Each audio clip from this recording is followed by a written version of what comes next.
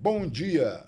No ar agora, através da Rádio Eldorado FM 87.5, que tem a direção de Zusa do Paracatuzinho, Alexandre Barros, e também pelo canal do YouTube O Ativista Paracatu, você ouve e assiste o programa Pimenta Malagueta. Apresentação Antônio Vieira, eu mesmo. Oferecimento Movimento Verde Paracatu, Coperfan e VIP Estúdio. O nosso bate-papo de hoje é a respeito da violência nas escolas. A violência nas escolas no Brasil atingiu níveis críticos, com casos de violência extrema mais que triplicando em uma década e atingindo o pico em 2023. Entre 2022 e 2024, ocorreram 27 ataques com violência extrema. Eu acho que pode até ser mais. O bullying afeta 34% dos estudantes e a sensação de insegurança é alta. O enfrentamento envolve diálogo, normas de convivência e capacitação. Os desafios são imensos. Para falar a respeito desse tema, hoje, estão conosco aqui os professores Bruno Turmin e Antônio Turmin. Bruno Turmin é graduado em Letras, atua como professor de inglês no Colégio Atenas. Antônio Lúcio Souto Turmin, conhecido como Toninho Turmin, é graduado em Geografia, laboratorista, e atua como professor de Geografia na Escola Estadual Delano Brochado. Bom dia, Bruno. Bom dia, Toninho. É um prazer recebê-los hoje para conversarmos a respeito desse tema que tem assolado as escolas brasileiras, causando grandes preocupação, principalmente entre pais e professores. Bom dia, Tonhão. Tudo prazer bem? estar aqui. Obrigado pelo convite, viu? Beleza. Bom dia, Tonhão. Obrigado pelo convite. Beleza. Olha, a nossa ideia aqui, Bruno e Toninho, é bater um papo, já que vocês são professores, né? Inclusive Toninho é de escola pública estadual há bastante tempo, né, Toninho? Já tem alguns dias aí, né? E Bruno hoje já foi também professor de escola pública e hoje está no Colégio Atenas, não é isso? Na verdade, agora eu estou no Colégio Soma. Colégio Soma. Colégio Soma. Não é Atenas, é Soma, né? Soma. Ah, tá. Então, Bruno, para começar a nossa conversa aqui, como é que você, como professor que já atuou na rede estadual, ensino público, e hoje está na rede particular, privada, como é que você vê essa questão da violência nas escolas em todos os seus aspectos? Eu acho, Tonhão, que está bem caótico a realidade atual, né? Eu entrei na educação não tem tantos anos, eu estou mais ou menos há 5 anos no ensino regular. Antes eu já trabalhava em curso de idiomas, etc. Mas o ensino regular está muito complicado. Eu já entrei assustado de ver o jeito que está, porque eu lembro que quando eu estudava ainda não estava assim. Eu já percebi assim, que tinha uma certa bagunça, tinha uma certa desordem, mas quando eu era estudante, eu e os meus colegas, a gente jamais faltava com respeito para com os professores, igual eu vejo hoje a geraçãozinha de agora. Então, eu como professor, todo dia eu levo um susto novo, estando dentro de escola, porque o nível de desrespeito dos alunos está tremendo, cara. É uma coisa assim que eu continuo assustando. Todo dia eu assusto novamente, porque tá complicado a situação. E você é novo. E você, Toninho, que já tem uma estrada, tem quantos anos que você é funcionário do Estado? Está completando 20 anos, né, agora. E a gente tá nessa estrada aí, é igual a gente estava conversando outro dia também, eu mais Bruno. Aí eu falei que há uns 10 anos atrás, ou um pouco, ou 9, 8 anos, tinha problema, mas não tão grave igual é hoje. Que hoje a falta de respeito em sala de aula é generalizada. Não tem um pingo de respeito pelo professor, não está nem aí. É porque, assim, eles sabem que tiraram toda a autoridade do professor. Eles sabem que o professor hoje não manda... Você não pode pôr um aluno para fora de sala. A direção da escola vem e manda voltar o aluno para a sala. O aluno pode xingar você do que for, você tem que engolir ele na sala, a mesma coisa. Então, hoje, infelizmente, hoje eu vou falar com você, hoje está difícil. Por isso que a gente está tendo essas agressões graves aí contra o professor, né? Física até também e tudo, porque realmente a situação é deplorável. Eu fico até preocupado aonde vai chegar isso, né? E preocupado como vai ser o futuro do nosso país com essa geração desse jeito, que não tem um pingo de respeito, não tem um pingo de... Tem compromisso com nada. Não, não está nem aí para nada, não quer saber... Você passa um negócio para copiar, o cara não quer copiar, não quer fazer isso, não quer fazer aquilo. Ah, não, mas igual a gente falou antes, né? Aquela velha história, né? Passou, né? Fim do ano passou, então... Ô, Tony, só antes de você falar, mas eu vou dar um exemplo para você. Que eu fiquei assustado. Isso aconteceu comigo, eu não sou professor. Eu, em 2008, eu concluí meu curso de biologia no Texoma. E, para mim fazer meu TCC, eu tinha que fazer um estágio. Eu fui fazer um estágio. Eu vou falar aqui a escola, eu não tenho preocupação em não falar, mas vou falar, no Polivalente. E eu fiz um estágio com 2 professoras. Olha, eu fiz o estágio na marra, porque o que eu vi dentro de sala de aula, desrespeito de aluno com aluna, principalmente. Isso aí foi em 2008. Já vão quantos anos? Quase 20 anos. Entendeu? Eu presenciei isso. Agora, pelas redes sociais, o que eu tenho acompanhado através de depoimentos de professores é uma situação catastrófica. Para mim é catastrófica. Agora, não sei como resolver essa questão, né? Agora, uma outra questão, Bruno, que eu queria que você falasse, você até ia falar alguma coisa antes aí, é sobre a questão de avaliação dos alunos, porque de uns 20 anos para cá mudou totalmente a avaliação. Hoje pagou, hoje não precisa nem pagar para passar. Antigamente as escolas privadas falavam que pagou, passou. Hoje não, hoje os professores são obrigados a passar aluno e os alunos não sabem nada. Prova tanto a situação que nós estamos vivendo que nós vimos aí agora a situação de médicos, essa avaliação dos médicos do Brasil. Né? Exatamente. O caos, isso é o caos. Então, isso reflete. Hoje, se você pegar um cara que está no primeiro ano do ensino superior qualquer aí, se você passar uma conta de dividir para ele de 3 algarismos, ele não sabe fazer. Não faz.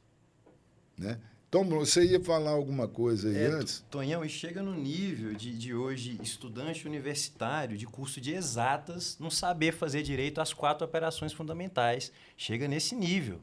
A defasagem de base que esses meninos estão hoje em dia é assustadora.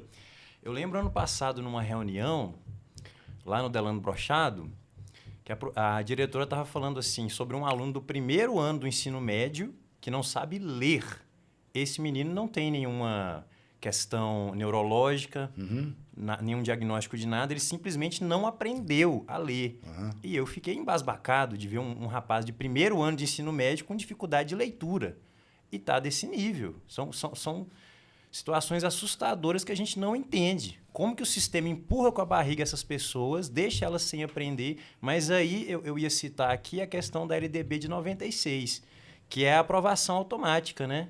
É isso aí que a gente está falando. Exatamente. Empurra o menino com a barriga. É uma coisa que... E isso mata a educação. Os meninos já entendem que eles vão passar de qualquer jeito. Então, para que se esforçar? Eu vou passar no final do ano. Para que eu vou levar a sério o que o professor tá falando? O que ele está passando para eu copiar? Para que eu vou copiar? Eu vou passar. Eles já sabem disso, então acabou. Acabou seriedade, acabou autoridade diante disso. Uma questão que eu quero falar com você, Tony, que é mais de idade. Quando eu entrei na escola, eu lembro, tranquilamente, 6 para 7 anos, eu estudava no Dom Serafim. A diretora é a saudosa Dona Dulce, que inclusive faleceu esses dias aí. Depois fui para o Afonso Arinos. Olha, naquela época, o aluno no primeiro, segundo ano, ele já estava com tabuada na ponta da língua, já começava, já lia, entendeu? E tinha alguns diferenciais. Por exemplo, quando eu não esqueço disso, a gente quando foi para o Afonso Arinos, foi na época da Revolução, mais ou menos 64, estava reformando. Primeiro reformou a Afonso Arinos, depois a Revolução, os militares ficaram lá na Afonso Arinos e nós fomos para a Igreja da Matriz. E lá, a merenda nossa cada aluno levava uma batata, ou um ovo, uma cebola, entregava lá na cantina, e tinha uma cantina atrás da igreja que fazia merenda para as crianças. Hoje as crianças estão podendo até escolher o alimento dele e não tem o rendimento que a gente precisa. Agora, não sei o que acontece, porque eu tive uma professora que eu nunca esqueço dela, que é a dona Ana Rocha, que ainda é viva. Ela, quando a gente era aluno dela, acho que foi no 2º ano, se não me engano, no Afonso Arinos, ela tinha quando a turma era mais avançada, ela ia com outro professor por outro ano. Tinha isso. Aí, o que ela fez? Acho que foi no 3º ano, os alunos que não foram para a sala dela, que passaram de ano, ela buscou todo mundo para a sala e ela levava para a casa dela, cara. Para a casa dela, para dar reforço para a gente. Era um respeito que tinha com o professor, idolatrava o professor. Tinha a mãe de Palmo, que faleceu hoje dia também, foi professora minha. Então, eu lembro desse povo, Dona Valderez, o povo tinha... Sabe, hoje eu tenho certeza que hoje os alunos nem sabem quem eram os professores dele na época, porque não tinha aquela, aquela coisa, né, Tony, com o professor. Hoje, uma coisa que está me preocupando muito é essa violência contra os professores. A gente está tendo notícia aí de aluno assassinar professor, cara, coisa incrível, assassinar colega de escola, entra na sala com uma arma de fogo. Hoje, naquela época, não tinha polícia na porta de escola, nem fazendo ronda. É verdade, isso é verdade. Hoje, né? Situação muito complicada. Agora, Toninho, como é que você vê essa questão de qualificação dos professores hoje? Assim, ó, o Estado, no caso meu Estado, há um tempo atrás ele tinha muito curso de formação de professores. Muito curso mesmo, entendeu? Nos últimos anos, a gente tem visto, por aí 9, 10 anos, diminuiu bastante isso aí, né? Diminuiu muito. Hoje existe muita cobrança em cima dos professores. É só cobrança, é 24 horas com cobrança, né? Quer que você tem rendimento numa sala que não tem como ter rendimento, porque os alunos, você chega numa sala que tem 60% que é indisciplinado, que é menino que não obedece, não responde, se você for apertar muito, te xinga, e você não pode fazer nada, que é igual eu te disse, nem pôr para fora da sala um aluno, você não pode. Há uns tempos atrás, igual eu disse, há uns anos atrás, você suspendia o menino de aula, você põe o menino para fora da sala, ele ficava suspenso uns 3, 4 dias, só entrava com o pai, com a mãe, o pai e a mãe tinham que vir conversar com a escola, com o professor e tudo. Hoje, nada pode ser feito. Hoje as escolas vêm com aquele papo, o conselho tutelar não deixa, o promotor não deixa, mas, assim, legalmente isso é tudo balela. Isso é tudo balela, porque oficialmente e legalmente não existe isso. Criou-se o ECA, que, através do ECA, deu esse... não só dos meninos, as próprias escolas jogaram esse direito para eles. A escola que eu trabalho mesmo é dessa forma. A escola é do aluno e para o aluno. Isso é falado lá. Se você for falar alguma coisa, não, a escola é do aluno. Ô, Tony, me conta uma coisa aqui. Eu estou dirigindo mais com você, que você é mais vivido que Bruno. Se um aluno cometer uma indisciplina hoje na escola, chegar ao ponto da direção da escola convocar os pais do aluno para a escola, o que acontece? Eu vou te falar assim, não dá nada. Não, porque os pais não revoltam contra os professores, às vezes, não? Assim, ó, depende do caso. Né? Por exemplo, se for um caso do menino inverter o fato, por exemplo, aconteceu um fato na sala. Aí ele chega lá na mãe dele, comenta com a mãe dele que não foi aquilo e tudo. Aí os pais acreditam no filho.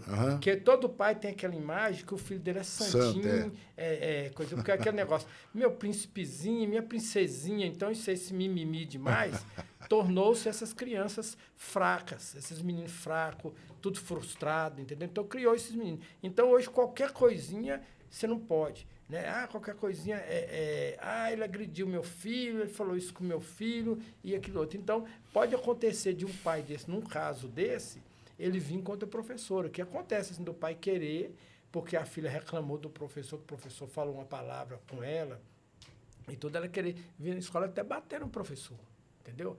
Pode acontecer. Mas o que eu digo é assim, ó, a gente, quanto direção, aqui nós temos uma escola que eu vou falar com você, eu tiro o chapéu.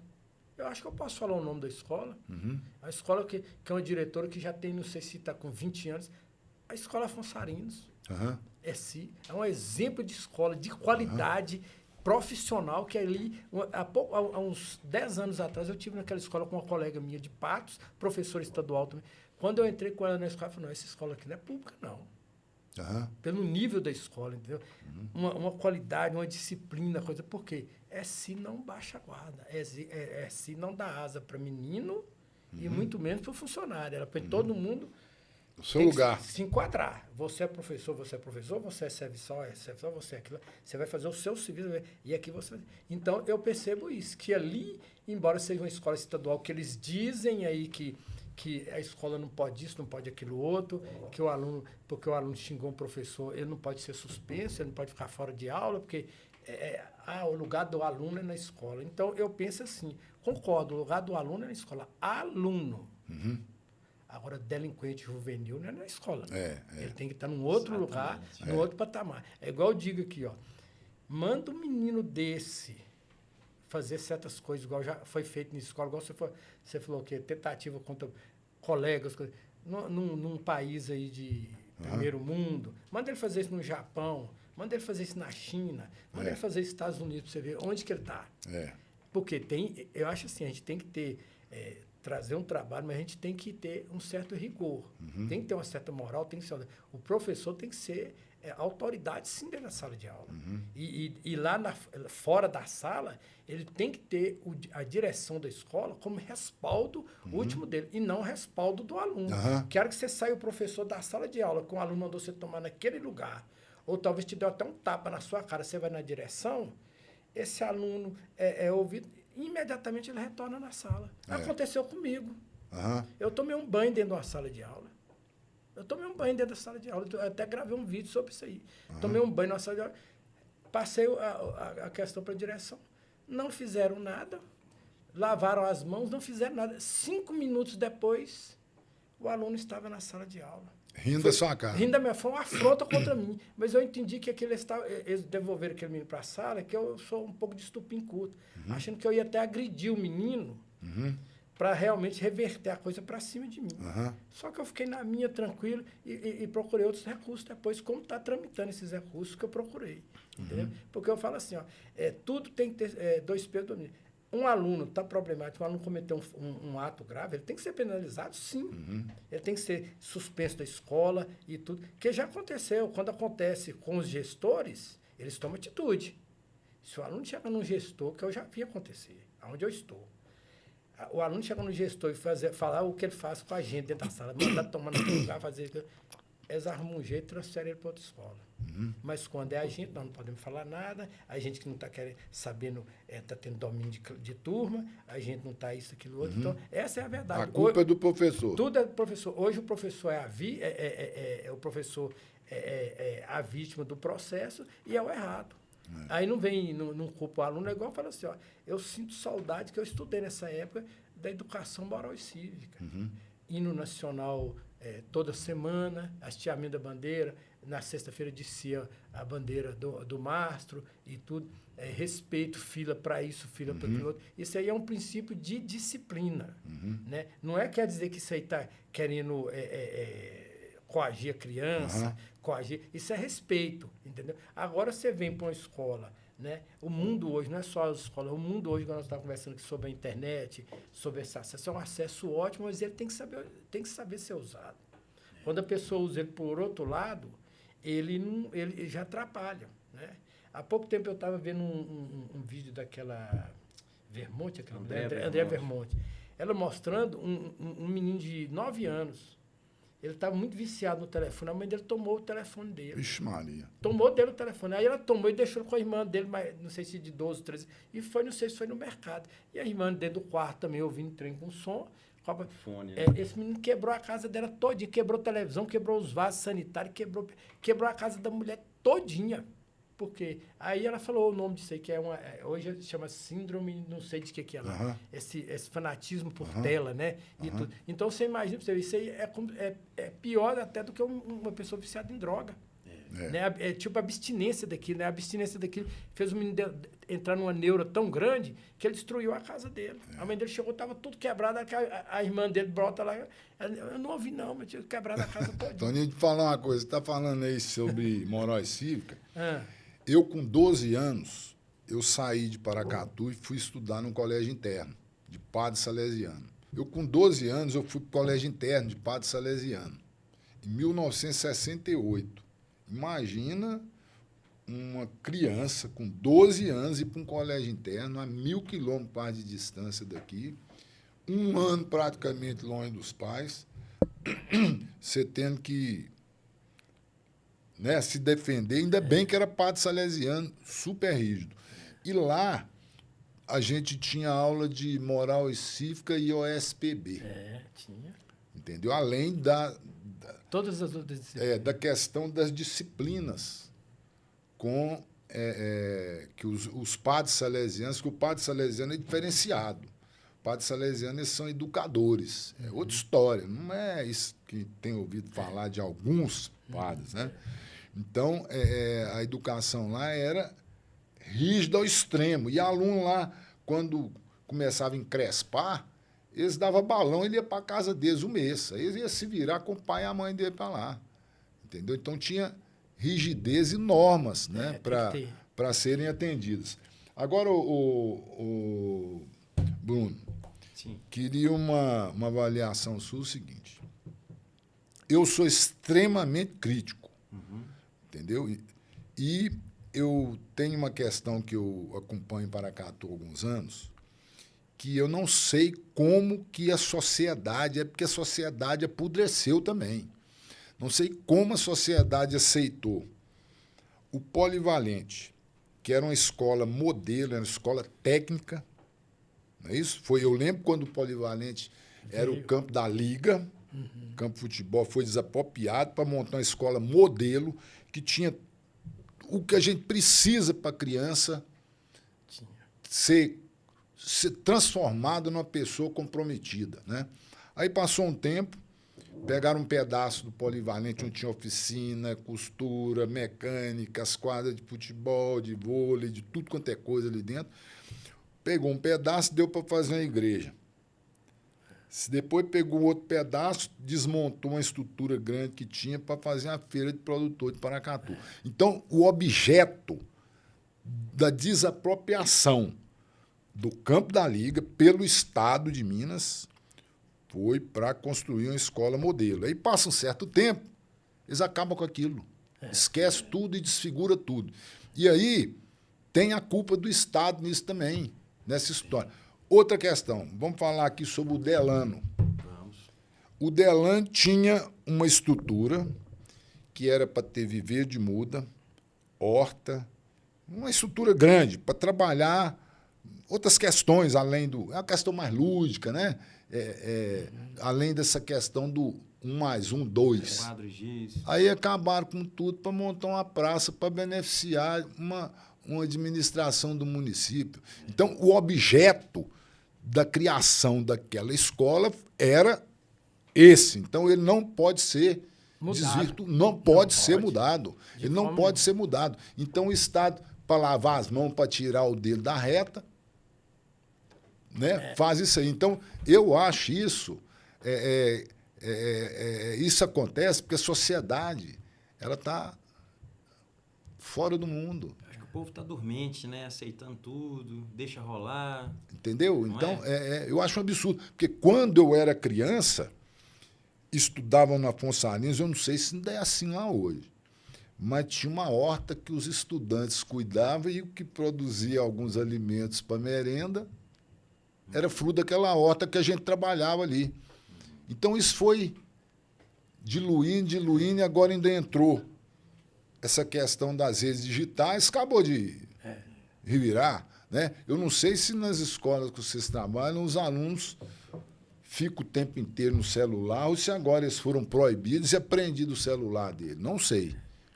Porque tem uma lei federal aí que parece, se não me engano, falou para tirar, pelo menos durante o É assim, hoje são recolhidos o telefone, né? Os telefones deles são recolhidos, eu não sei se em intervalo, porque a escola, no caso onde eu trabalho, é tempo integral, né? Então eu fico só até que eu trabalho na saúde, na parte da tarde. Então, eu não sei como é que fica à tarde, mas eu acredito que eles não devolvem os aparelhos para ele na hora do almoço, que é de 12h30 a 1h30. Acredito que não devolvem. Eles pegam só na saída da escola às 16 horas, né? E, igual você estava falando aí, a respeito... Posso só fazer um adendo sobre o celular?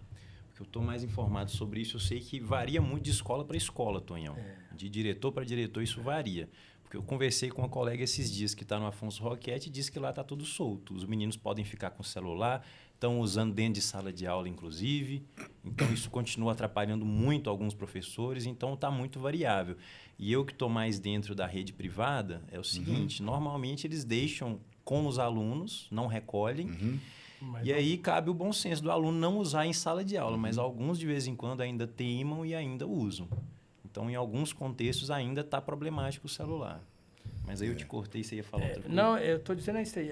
Igual eu falei assim, igual você falou, Elton, nesse caso aí, realmente existe uma lei federal proibindo o uso de coisa. E para você ver, existe uma lei federal que está sendo burlada em alguns casos, igual o Bruno acabou de dizer.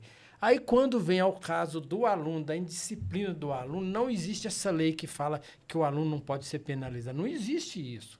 Eles extrapolam, eles tentam inverter as ordens do valor, vem um promotor de justiça, ou é mentira, as escolas falam que promotor obriga o aluno a estar na sala, vem conselho tutelar que quer obrigar o aluno, mas conselho tutelar e nem promotoria não manda dentro de escola. Eles têm, cada um tem um papel deles diferente para lá. A escola, para um promotor exigir uma coisa, ele tem que entrar na justiça contra a escola para falar que isso não pode ou deixa de poder, entendeu? Então, eu acho assim, é muito questão, essas coisas coisa igual a questão do telefone, assim, vai do posicionamento da direção e nesse caso do telefone existe uma lei realmente que ampara isso aí. Agora, esses outros casos não existem, mas eles, sem querer pôr o dedo na ferida, como diz, para ficar isentão de tudo, não assumir a culpa, a responsabilidade, o peso, igual você disse, de talvez um pai vir para cima da questão da direção, eles vão e fazem vista grossa em tudo. Um aluno bate no outro na sala de aula, finge não ver, o aluno faz isso, aquilo, outro finge não ver, aí joga a culpa para o professor, que é mais fácil jogar a culpa. Aí querem que o professor, tem 2 alunos brigando, querem que você vá lá e resolve o problema. Eu já tive um fato na escola que eu estava, uma professora teve uma briga de 2 meninos lá, ela foi separar os meninos. Apanhou dos 2. Não, até que não. Ela puxou um, outro acertou o murro no menino. O que ficou? Os pais do primeiro menino, que era um menino clarinho, ela apertou muito o braço dele segurando, ficou a marca dela. Os pais vieram e falou que ela segurou para o outro menino bater. Você está entendendo? Então, e isso não foi verdade. Ela tentou separar a briga. Então, hoje, parcialmente, eu não envolvo. Justamente por isso a gente não pode encostar no aluno, que a gente está agredindo o aluno.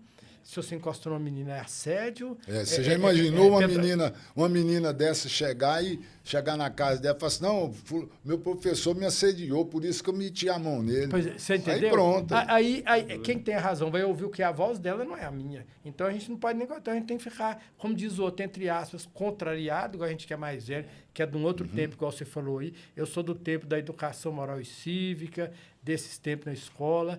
Era 180 dias letivos, mas que de um nível 300 mil vezes melhor do que 200 dias letivos. No meio do ano era o mês de julho todinho de férias. No fim do ano era metade de dezembro até final de fevereiro. Era quase dois meses mesmo. E o rendimento era outro. A escola, a qualidade da escola, o nível era outro, que é igual você falou. A gente estava ali, tinha regra, dever, obrigação. E se a gente descumprisse na escola, tanto a escola nos punia, como na casa da gente recebia o troco. Porque era assim, que se você não tiver limite, como que agora a mesma coisa, você monta uma empresa para você monta uma empresa e fala assim, eu preciso produzir isso. Mas você chega lá, deixa os caras chegar a hora que ele quer, fazer o que quer, não olha quem está trabalhando, quem não está. Aí o que? Final do mês a produção era 1.000. Fizeram só 100. Foi só um cara que fez os 100. Mas você tem que pagar todo mundo. Aí aquele cara que trabalhou para cara, no outro mês falou, não, vou trabalhar não, os caras não trabalham e ganham. É a mesma coisa que está na escola hoje. O aluno bom, entre aspas, o aluno que realmente tinha interesse, que já falaram comigo. Eu já tive alunos assim, professor, essa escola aqui não tem graça, não. A gente faz tudo que vocês mandam, copia, tudo que você passa não faz, faz trabalho, mas na hora da nota, esses meninos tiram nota igual nós mesmos, que não faz nada. E é verdade. Aí ele fala, você vai falar o que com uma menina dessa? Não, filho, não é assim, não. É verdade. Ô, Toninho, eu estou lembrando aqui de uma questão que eu gosto muito de conversar com as pessoas aqui, contar meus casos. Vamos lá. Né? É bom. Porque eu já vivi algumas certas sim, situações. Há uns 30 anos atrás, eu acredito, eu gostava muito de escola, falar para os alunos, fazer palestra.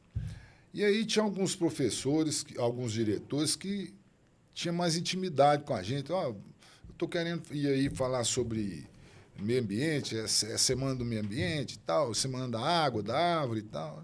Aí eles abriam, a gente ia lá falar para os alunos. Tudo no improviso mesmo. Amanhã eu venho aí, pode vir, beleza, vem falar para os meninos. Rapaz, eu lembro que teve um dia que uma representante da Superintendência de Ensino me procurou e escrachou comigo.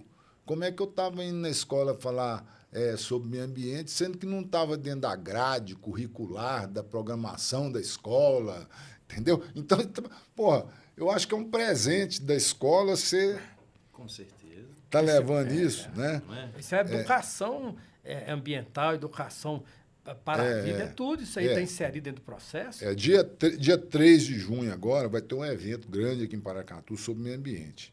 Esse evento tem 5 anos que eu estou tentando trazer ele para aqui. Ele é intitulado Vira e Carranca. É um evento oficial do Comitê da Bacia do São Francisco, junto com os comitês de bacia da região. No caso aqui é Paracatu e Urucuia. Então, vai ser um evento grande, na porta do Afonso Salinas, que vai ter toda uma estrutura. Aí a gente vai trazer um show grande de um colega nosso que não sei, talvez você até já viu esse cara aqui em Paracatu, chama Saulo Sabino. Saulo Sabino já. Ele já veio aqui várias vezes, há muitos anos, a gente conseguia recursos. Ele vinha, então é um cantor e compositor de música ecológica, que ele fala sobre água, sobre os bichos, sobre a natureza. Então ele vai dar um show nesse evento, e aí eu bati um papo com ele, como ele é muito amigo meu, ele falou assim, Antônio, vamos fazer o seguinte, eu vou ficar mais 2 dias em Paracatu para a gente fazer um show em alguma escola. Aí eu estou conseguindo 2 escolas de periferia, que, você sabe, periferia, a maioria não vai nada que você consegue no município, não vai à periferia, tudo é no centro da cidade, no meio da elite, no meio da burguesia, aí não tem periferia. Então, vou levar esse cara. E já estou preocupado, porque semana que vem eu tenho que fechar essa agenda com as escolas, para ver se elas vão topar. Por sorte, são escolas municipais. E a prefeitura, como é parceira no evento, vai ter uma tenda na porta da Afonso Salinas, muito grande. E a prefeitura também está mobilizando algumas escolas para levar para ver o show do cara e ver o evento, que é um evento muito bonito, sabe? É um evento educativo, fala sobre água. Vem um palestrante, que é o Zé Carlos Carvalho, que foi ministro do Meio Ambiente, e foi secretário de Azeredo, Anastasia, Aécio. Então, o cara de ponta vai fazer uma palestra de abertura. Então, eu acho que a gente... Bom, pelo menos eu estou torcendo para que essas escolas aceitem esse presente, entendeu? Porque você acaba fazendo um trabalho bacana, né? Com conscientização do povo. Acredito que vão receber, sim. É igual você falou, ó, infelizmente, assim, hoje a educação, ela está um pouco nesse sentido, que ela tomou um caminho de querer implantar, rotular o que se deve fazer dentro da educação.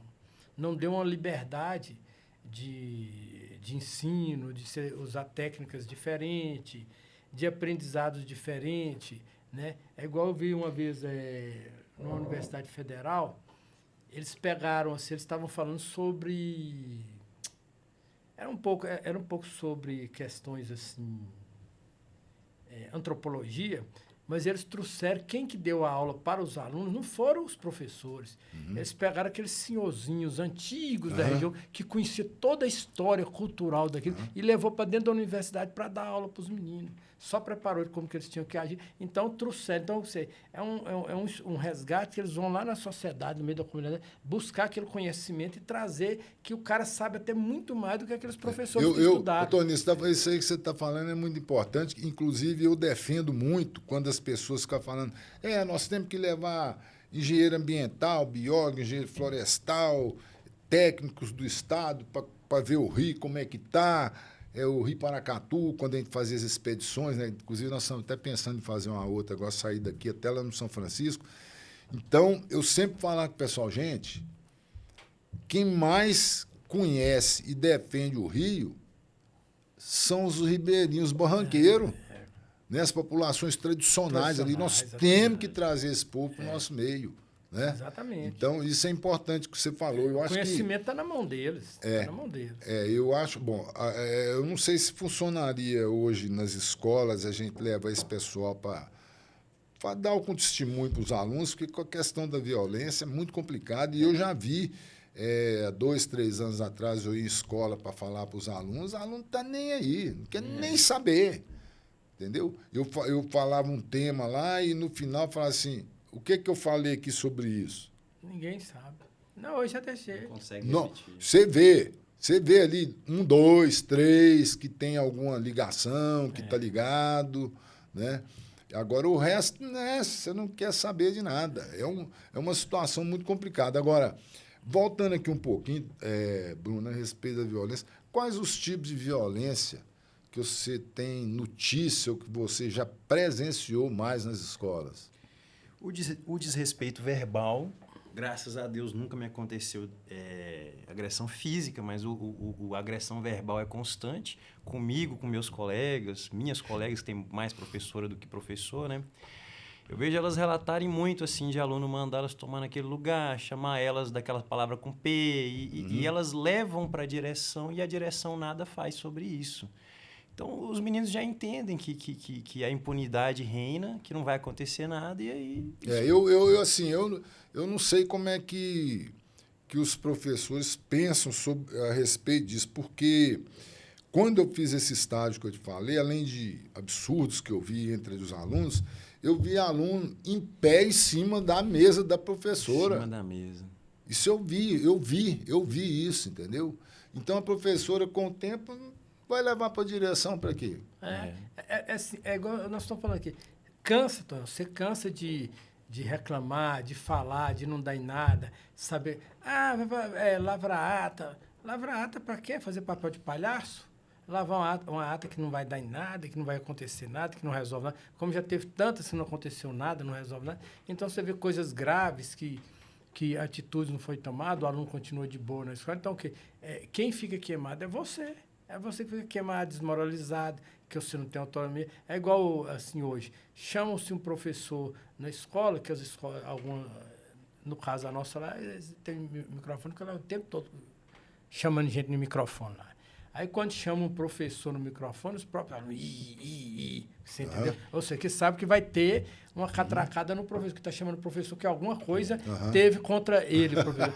E os meninos já não tem nada, você está entendendo? Então, o quê? Porque quem realmente responde às coisas e quem realmente cumpre o que é mandado, determinado, é o professor. Exemplo, você vê, um professor chega na sala de aula 5 minutos atrasado, muitas vezes não deixa o professor entrar na sala.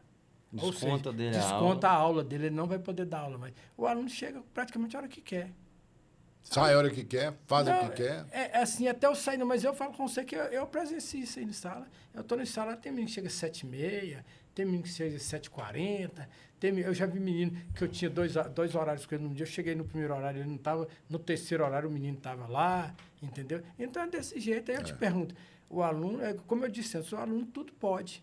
O professor não tem que seguir regras, regimes, conceitos, manter normas, manter uma certa meta. Ou seja, que tipo de sociedade a gente está criando se a gente só coloca as regras para o professor, as punidades só em cima de professor, em cima de aluno não pode punir, não pode fazer nada.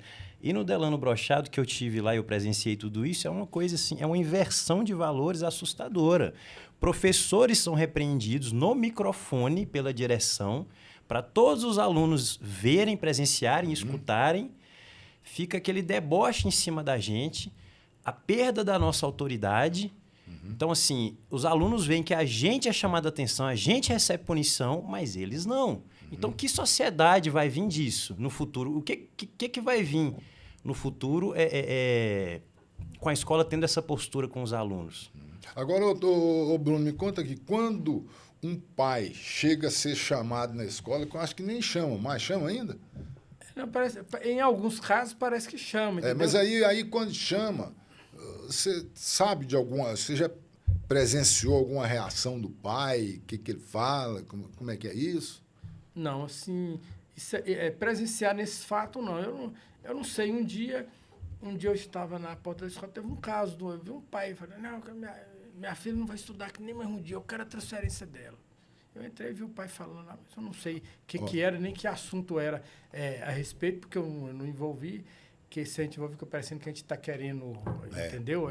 Fazer coisa contra a escola. Eu vi o pai falando. E me parece que esse pai realmente tirou, acho que era uma filha da escola, entendeu? Não sei o que aconteceu, porque não foi no momento que eu estava, na sala que eu estava, então não sei mas teve alguma coisa.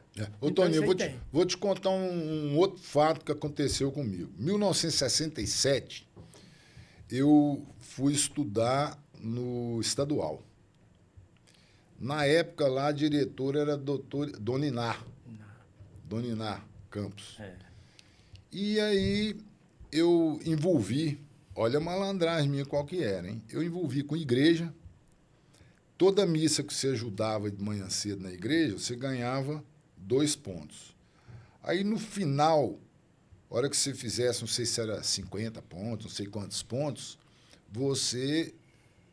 o padre levava você a alguma cidade vizinha para você conhecer a cidade e ajudar a missa lá. Eu era coroinha. Né? Isso aí tinha, 11 anos. Aí, eu fiquei envolvido com isso. Um belo dia, Dona Iná não falou nada comigo. Dona Iná chamou meu pai lá. Falou assim, você vai olhar aí o que está acontecendo, que o seu filho vai tomar bomba. Porque ele não está vindo na escola. E meu pai não sabia, porque eu saía cedo, ia para a igreja da matriz ali perto e ficava envolvido com aquele movimento de igreja, que na época tinha cruzadinha, que você usava uma fita assim amarela com a cruz azul, né? Não sei se você lembra disso. Aí, que meu pai me falou nada. Um belo dia ele chegou para mim e falou assim, vamos para a roça. Chegar na roça, ele me tirou da escola, 1967, me levou para a roça, e na roça, todo dia cedo, ele marcava uma área que era para mim capinar. Falei assim, isso aqui você vai capinar hoje. Chegava de tarde, ele ia me buscar na roça, que era uma chácara aqui na serra.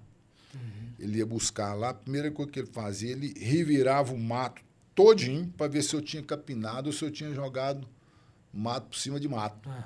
Entendeu? E eu fiquei 6 meses na roça passando por isso. Foi aí que meu pai me levou para o colégio interno.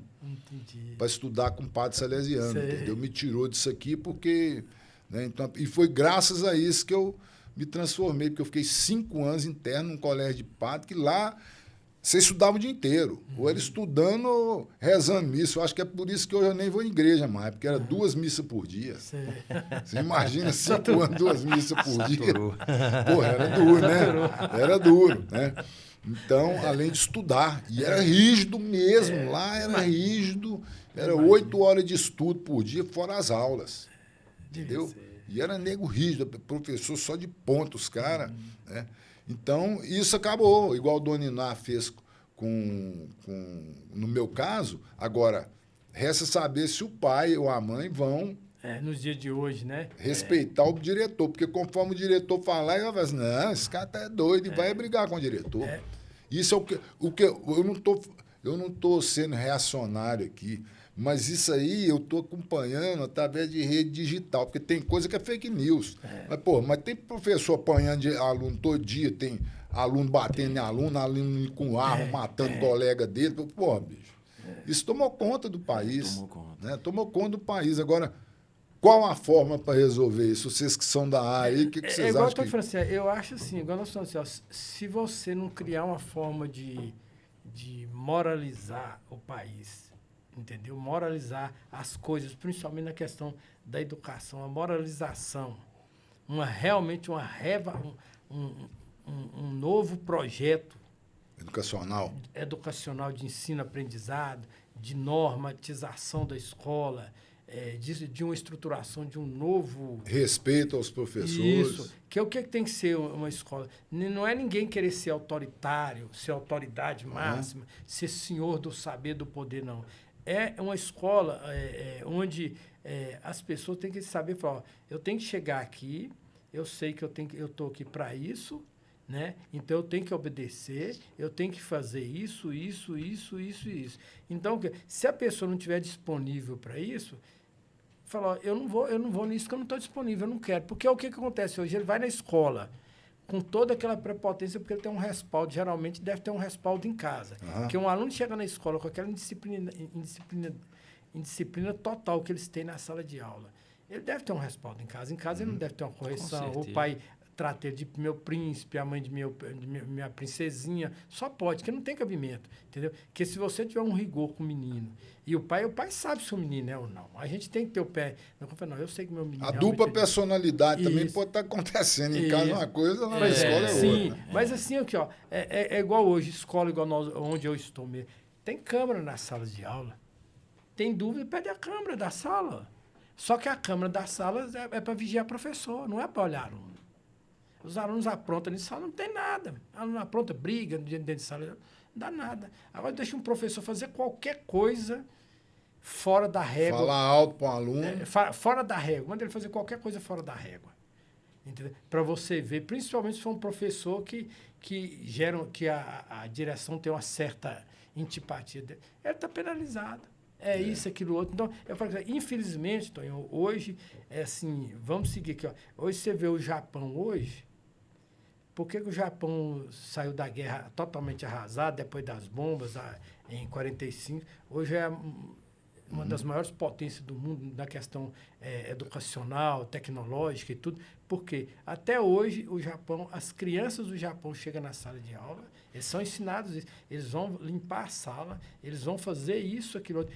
Lá no Japão hoje, atualmente eu estava dando uma olhada, eles não estão nem preocupados com ensinar, ler, escrever no primeiro momento de fase, que é o fundamentalzinho 1, né?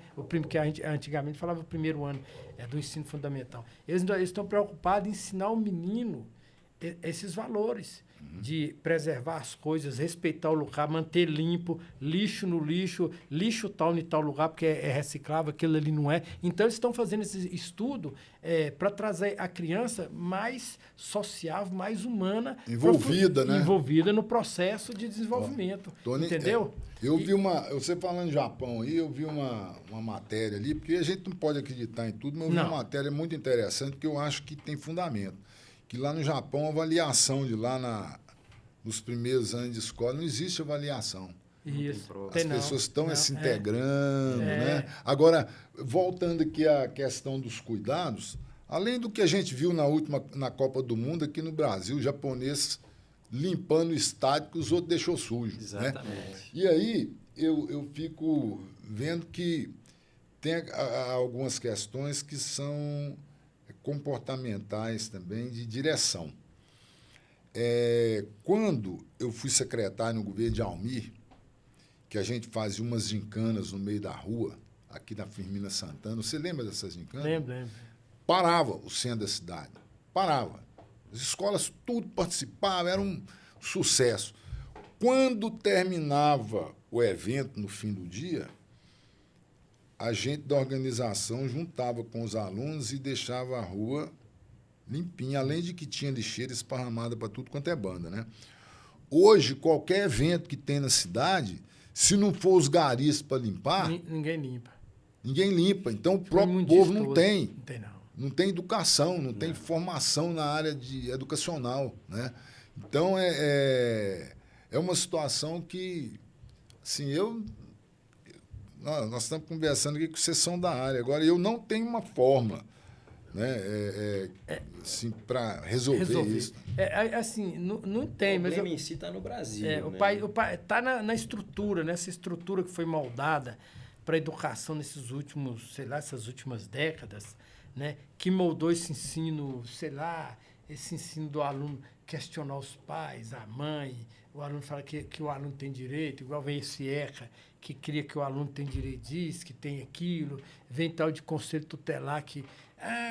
então, eu acho assim, muito mimimi, muita coisa, ele faz piorar a situação, entendeu? Eu falo assim, ele muda. E também, hoje a gente tem a questão assim, do despreparo total da família. O cara chega para ser uma família... Eu falo assim, por mais ruim que alguém pode criticar religiões e tudo, mas as religiões, seja ela qual for, ela dá um foco familiar para a pessoa, numa estrutura familiar. Aí o cara quer desestruturar aquilo, tirar aquilo da realidade, falar que aquilo não agrega e tudo. E agrega. Assim, o elo familiar ele traz uma responsabilidade muito grande.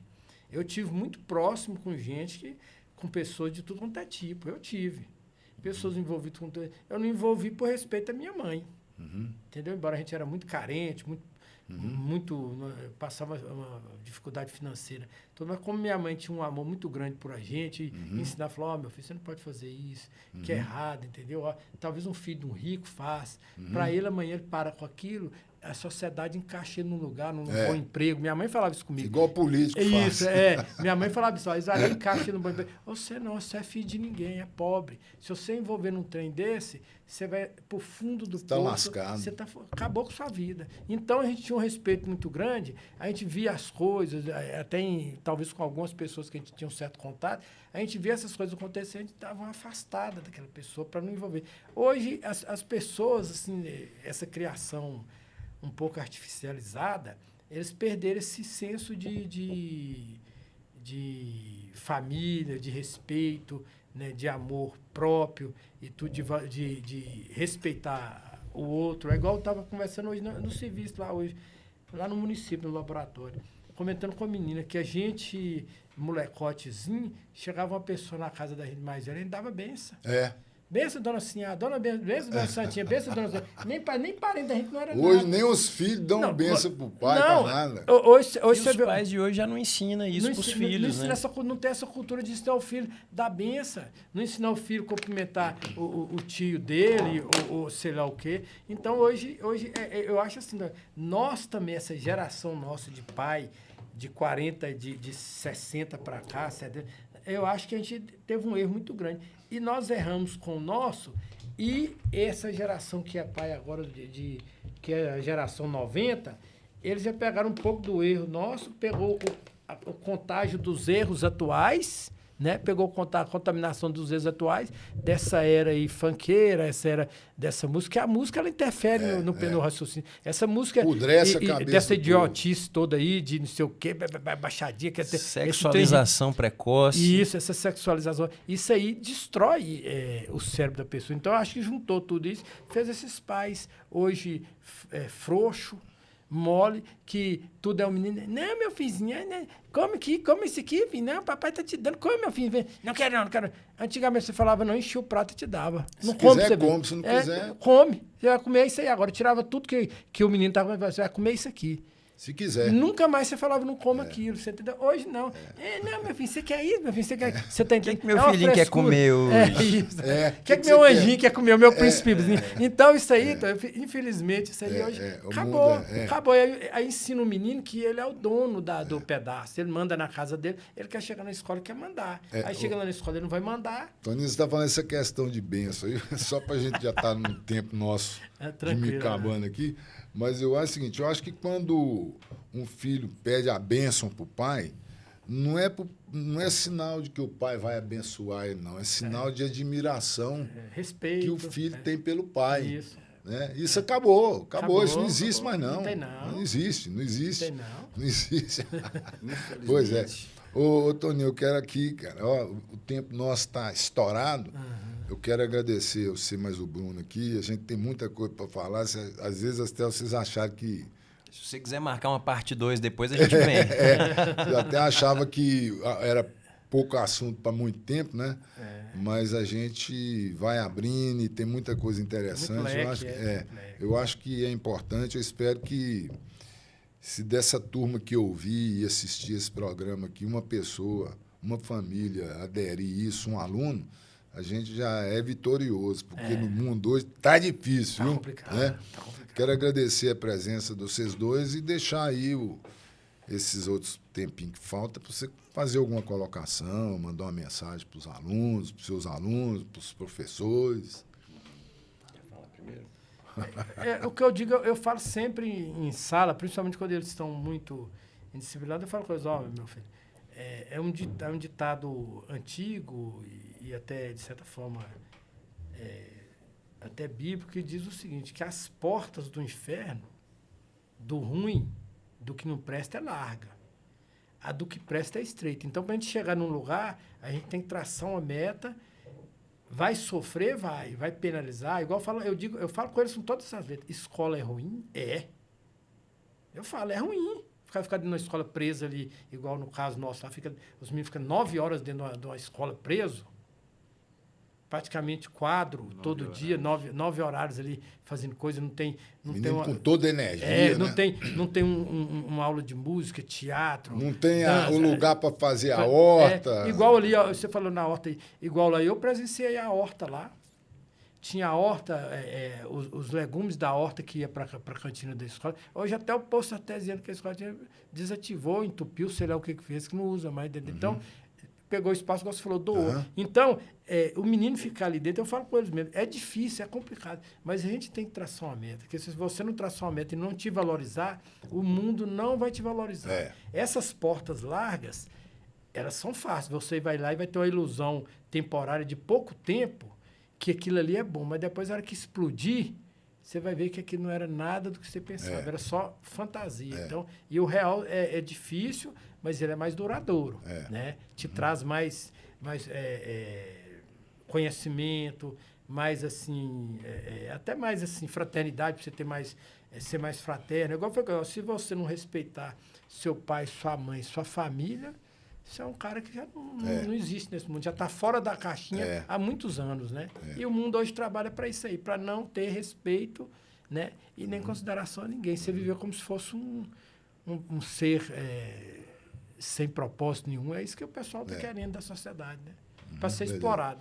Dá o seu recado aí. Eu diria assim para os pais, vigiar mais os filhos, ter uma participação mais ativa na criação dos filhos, porque eu brinco que os pais de hoje parece que faz menino e põe o celular para criar, porque é uma coisa esquisita, não é? A gente vê o reflexo disso nas escolas. Uma coisa que me preocupa muito é essa sexualização precoce. Meus alunos, a maioria, gosta de funk. Eu, que sou músico, também gosto muito de música. Tento apresentar para eles uma música mais melódica, com letra, com poesia. Eles não têm paciência para ouvir 30 segundos. É uma geração super desfocada, eu acho que por culpa do celular, da tecnologia. E os pais deixam solto, eles usam o tanto que eles quiserem. Muito aluno meu, inclusive, eles mesmos me contam tudo isso, que os pais deles deixam eles deitar de madrugada, porque fica com o celular até 2, 3 da manhã vendo videozinho. Então, eu acho que está faltando muito uma participação ativa dos pais para vigiar esses meninos, para pôr regra nesses meninos, para eles não chegar para a gente na escola tão desordeiros do jeito que eles estão. Então, eu acho que é isso. Eu acho que a família é fundamental, a participação da família nisso, porque não adianta você traz um menino aqui para esse mundo, mas você não cuida, você não vigia, você não inspeciona, você não põe regra. Aí o que vai virar a sociedade? O que vai ser desses meninos no futuro? Os estudos estão mostrando aí que essa geração de agora está sendo uma geração menos capaz intelectualmente do que a geração dos pais. Ou seja, falando a grosso modo, os meninos, a geração de hoje está mais burra do que a anterior. E isso a gente vê culpa disso na tecnologia, na libertinagem generalizada na sociedade, que está aí cada dia pior. Então, eu acho que o pessoal está precisando acordar e tomar atitude diante disso. Não é, Beleza, Tonho? Bruno. É isso aí, você está certo. Eu acho que em cima disso que você falou, os pais vão ter que ter muita coragem. porque a situação Atitude, né? É, porque os filhos hoje, para um filho avançar num pai aí, é daqui para ali, né? Com certeza. Bom, é isso aí. O papo foi muito agradável, tem muita coisa para a gente conversar ainda, mas eu acho que deu para a gente dar uma pincelada para o povo. E quero aqui dizer que vocês assistiram, né, e ouviram através da Rádio Eldorado FM e do canal do YouTube Ativista Paracatu, o programa Pimenta Malagueta. E hoje nós batemos um papo aqui com Toninho Turmin e Bruno para falar sobre a violência nas escolas, né? É um papo muito interessante. Os nossos agradecimentos aqui ao Movimento Verde, a Copefam, ao VIP Studio e também ao Vitor, que é nosso técnico de ponta que está com a gente aqui sempre, né? E dizer que nós estaremos de volta no próximo sábado, nesse mesmo horário, 9 da manhã. Beleza? Bom dia, abraço a todos. Obrigado, Toninho. Obrigado, tchau. Arara é um arco-íris, rara cor azul, anil. Ara aos ventos com seu verde folha, acende as matas com seu vermelho febril. A arara que poderia ser o símbolo do Brasil. Cor de ouro, cor de mel e cor de cobre, nobre aquarela sob uma tela, pátria das flores mil. Arara vem, arara vai, arara tem todo o direito de voar.